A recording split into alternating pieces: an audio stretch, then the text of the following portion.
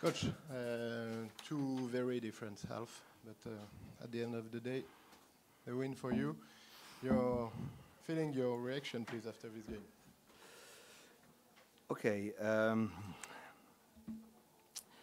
we had very good first 15 minutes where we played really well, offense and defense. We moved the ball. And then I believe we didn't have enough discipline to keep doing what was successful, and we started doing things, let's say, more individual.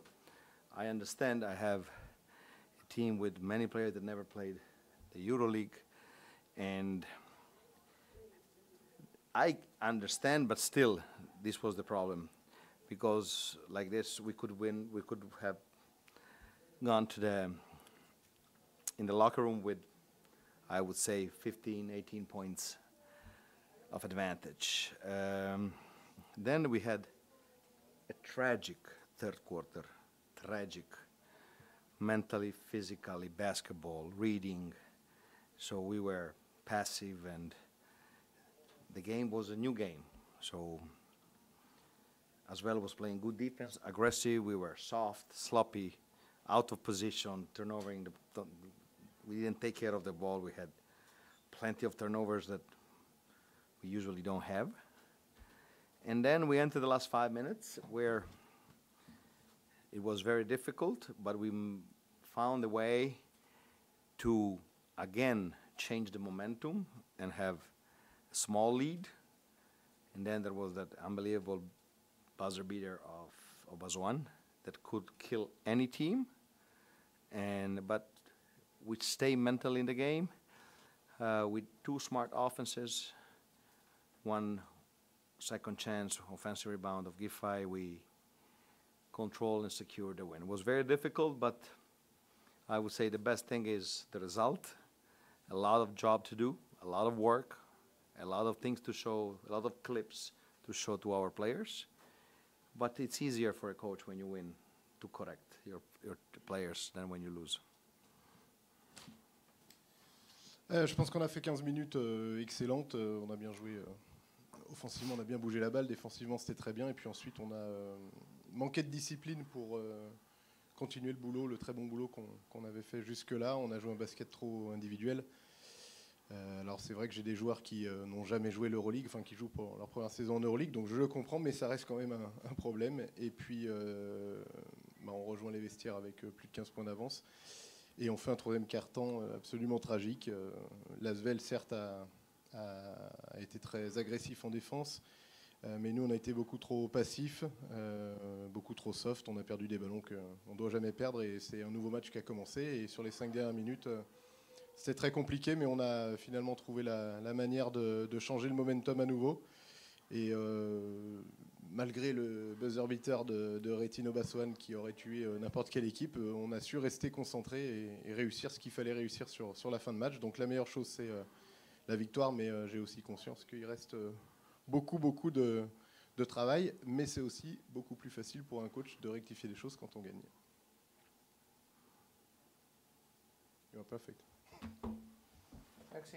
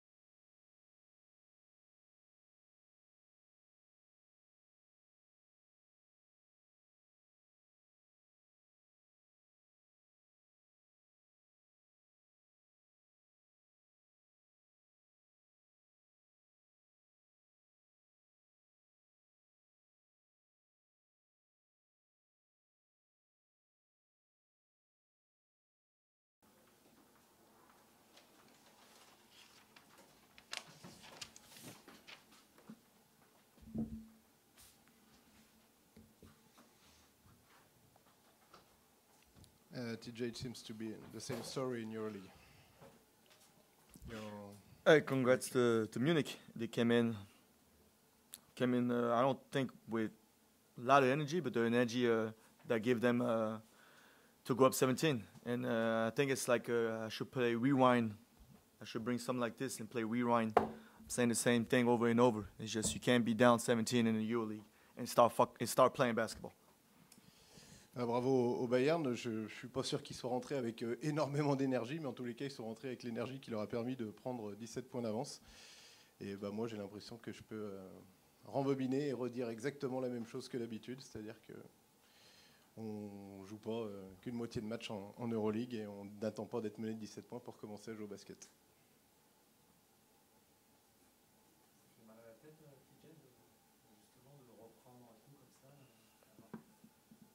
Oui, ça fait mal. Et puis après, moins 17, encore une fois, action, on l'a fait. Ça, je crois que c'est ce qu'on va faire tous les matchs de Euroleague, je sais pas, mais c'est un peu dur parce que tu vois les bonnes choses que tu as derrière pour revenir, l'énergie, mais c'est ce que tu as besoin de donner. Surtout un match à domicile. Ce qu'il faut donner des premières minutes, c'est pas que c'est pas marqué sur le tableau, c'est écrit en grand, c'est le premier truc.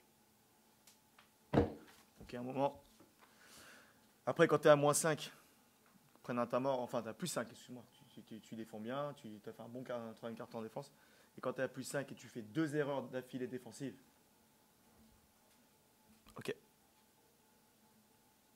Tu mets ça sur le compte de quoi? Sur une fatigue, le manque d'expérience de ce niveau-là? Les mecs qui font les erreurs, c'est des joueurs expérimentés sur celle-là. Donc non, on va pas toujours mettre...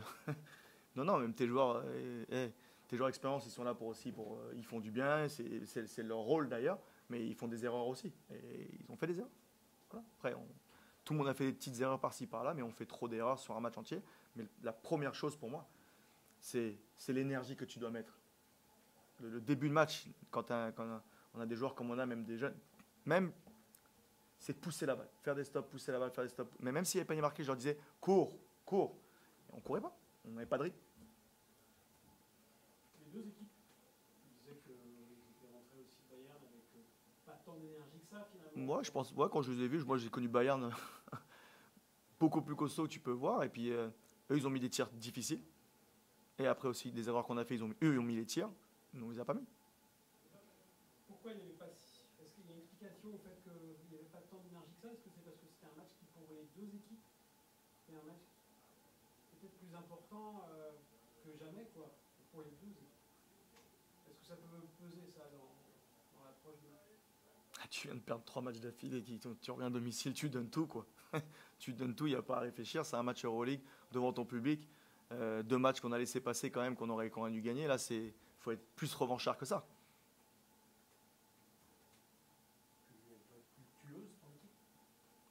Non, mais juste au moins de faire les choses, commencer les matchs comme il faut, Luc, premièrement. Et bien sûr, t'es à domicile. Rentre-leur dedans.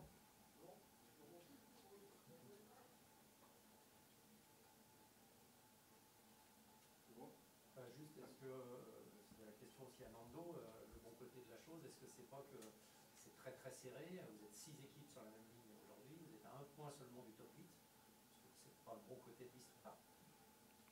Je me focus un match par match. Déjà, il faut qu'on gagne un match. Il faut qu'on gagne un match. Parce que les séries comme ça, il faut les arrêter pour reprendre confiance et repartir de l'avant. Parce qu'on a un mois de décembre qui est très compliqué. Donc il va falloir prendre quelques victoires avant d'y aller. Est-ce que l'équipe peut encore bouger d'ici fin d'année, DJ? Parce qu'on voit qu'à l'extérieur, ça n'a pas l'air du tout dans le rythme. En tout cas, tu l'utilises finalement assez peu depuis son arrivée. Est-ce que c'est des choses qui peuvent encore bouger, ça? C'est pas moi qu'il faut poser la question. J'aimerais bien t'y répondre, mais c'est pas moi de répondre.